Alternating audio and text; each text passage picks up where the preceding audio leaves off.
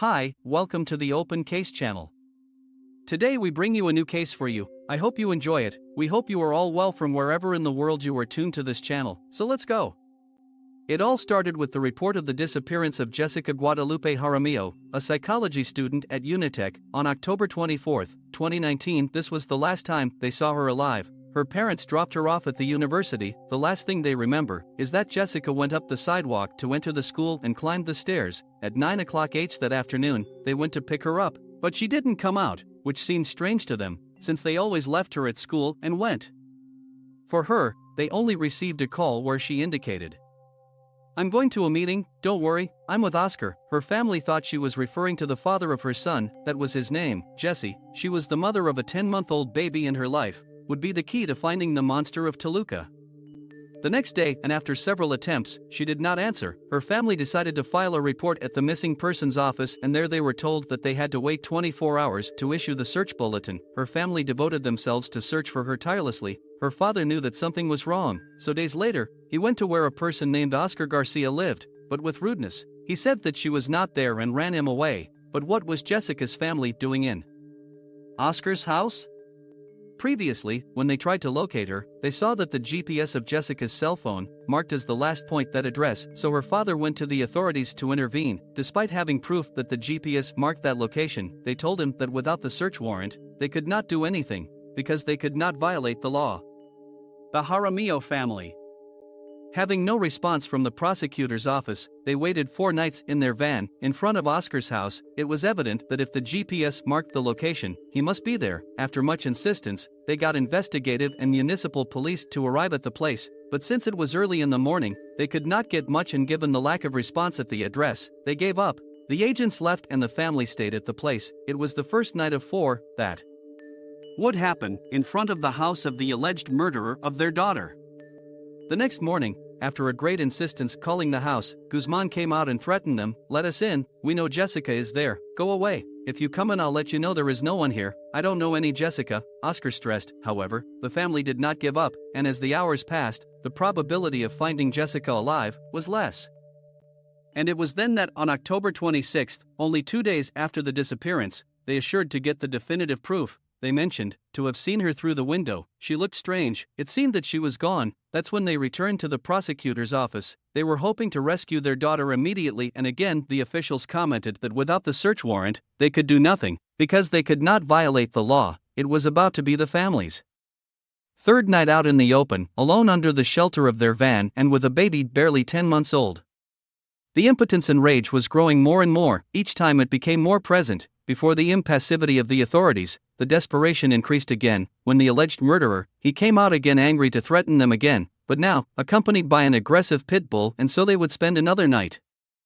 The next day, under the watchful eye of the family, Guzmán came out dressed up, shirt, pants, chinos and dress shoes, something unusual, because he always went in black and unkempt. The alleged murderer went to the prosecutor's office. This time he admitted, according to the authorities, that he did know Jessica, but after being at home, he accompanied her to take a cab and did not hear from her again. This was the trigger to proceed with the search of the house, which did not arrive until Wednesday 30. They were 96 hours of agony, impotence and sleepless nights in Villa Santon, a colony of Toluca, waiting for a search warrant for the house, which arrived too late, that same Monday 28, according to family members who did not leave the house, where they knew Jessica was. Oscar Guzmán arrived from the prosecutor's office, changed his clothes, left his house with a backpack, a cap, and after the cynicism, he greeted the family members while they recorded him. The alleged murderer was escaping in front of the family. The Jaramillo family did not move. They remained there, perhaps without imagining that the murderer was escaping in front of their eyes. Perhaps they did not imagine what they were about to discover. Finally, in the early morning of the 29th, the search warrant for the house was approved. When they began the search, they did not even think that they were facing something much worse.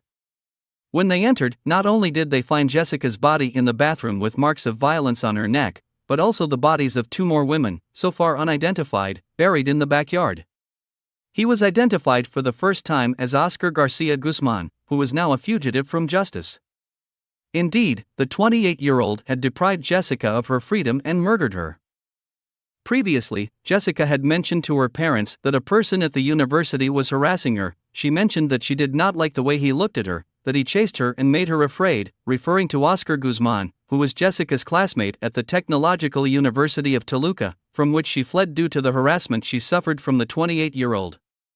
Subsequent to that and being a fugitive from justice, he posted on a social network to catch a serial killer, you must think like one, he wrote in a publication, where he added the search cards of 3 young women who had disappeared. Now the women who were buried behind his yard were identified in the search bulletin as Adriana Gonzalez Hernandez, 27 years old, and Martha Patricia Navasotelo, 25 years old, young women who were missing in the last 2 years, to whom now Jessica Guadalupe Jaramillo Orihuela, 23 years old, would be added.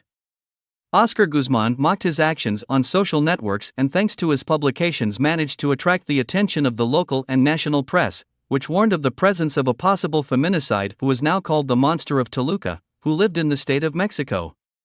While his search, what by then no one knew, was that a person was in contact with Garcia Guzman for more than 2 weeks, who would be the key to achieve his arrest. Frida Guerrera, as she called herself, the Mexican activist, mentioned that Guzman was a subject of much anger and in need of attention, detailed to her the torture to which he subjected Monica in 2012. Another woman for whom he was not investigated, she said, that Adriana, he murdered in February 2018, and Martha Patricia, in February 2019, she also mentioned that he hunted them and selected them. He was a potential stalker. In addition to having hallucinations with her, the way she began to interact with him was through a publication on Facebook, a message to get his attention, where he hit right on target and made touch his ego. The message reached the man, while Frida accompanied prosecutors in a diligence on November 20 to investigate the possible confessions of the suspect left in her notes. The activist received the first messages via Facebook. She showed an investigation commander her messages, in which she related how she had committed her crimes. Guzman mentioned, "Now I have your attention." When she received a reply, she told him by message,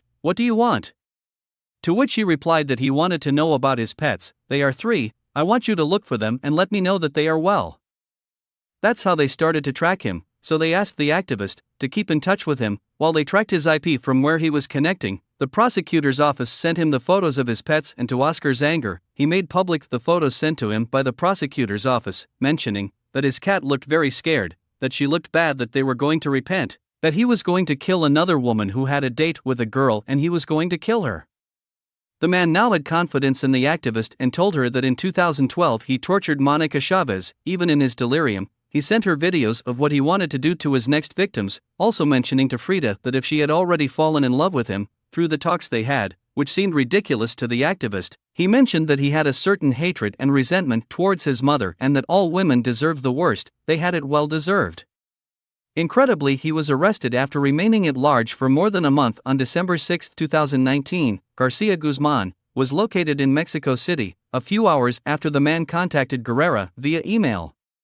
The arrest happened around 3:30 p.m. on Friday afternoon, north of Mexico City, in the school zone of Politécnico Zacatenco, in the municipality of Gustavo Amadero. When cornered, the man wanted to disarm one of the policemen with Israeli self-defense techniques. However, the rest of the elements joined and subdued him. Among his things, the man had some candy that he said they were poisoned. He wanted to eat one, but the police did not allow him to do so. After his capture, he accepted to have murdered not only 3 women found in his house, but he also declared that he had killed a 4th woman and her father in 2012 in Otzalotepec, state of Mexico. I hope you liked this video. If so, don't hesitate to give us a thumbs up, to comment and share. I invite you to subscribe to this channel if you are not already and activate the notification bell to receive the latest uploads. See you next time.